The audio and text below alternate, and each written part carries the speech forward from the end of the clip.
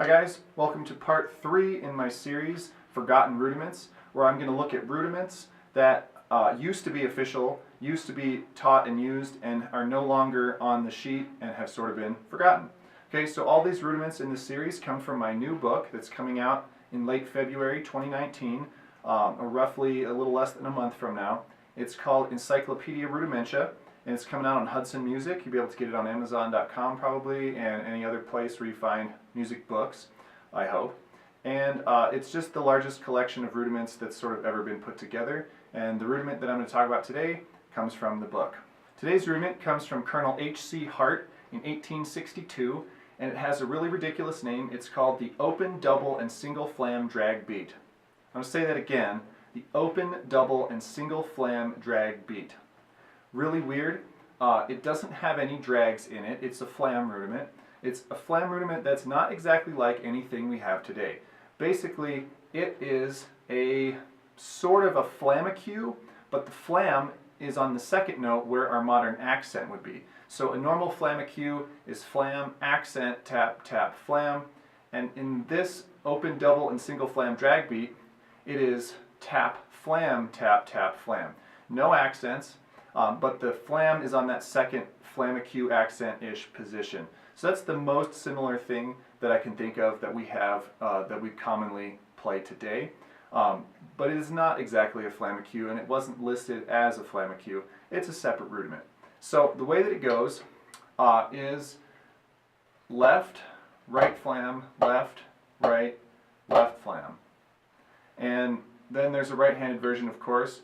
Right, left flam, right, left, right flam. So you get one flam on each side and 3 other single strokes. So if I put it together, or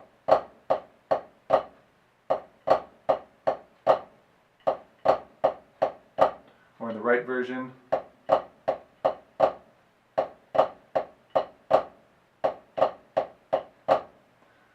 the only real trick to this rudiment is making sure that you achieve the correct flam position early enough to get the flam in, especially if you're trying to do it fast. So in this case, you're going to start with a left, and then you're going to go into the right flam position. So left, then left, right real quick. So basically, you're going to need to start with your right hand moving upwards so that you can get into that flam position. Then you have a left tap and a right tap, but you're going to need to be moving your left hand up because you're going to end on a left flam. And that the up hand for the flams is the only thing that's really a vertical issue here. Left, right flam, left, right, left flam. And as long as you get those top hands for the flams up in an early, expeditious manner, there's nothing about this rudiment that is really difficult. It's pretty straightforward. Now, from the way it's written, I surmise that Colonel Hart didn't want you to alternate. He actually wanted you to keep doing them the way you would do a 6-stroke roll or a paradiddle-diddle, where they continue to be on the same hand. And then you go back and do the other hand. But because it's 4 eighth notes and a quarter note, you do have an eighth note off, essentially, even if you're playing it exactly in time the way it's written, which would sort of be in a 3-4 measure, that you could switch and it wouldn't bother you in any way to go from, say, the left flam on the end of one to the right tap on the beginning of another.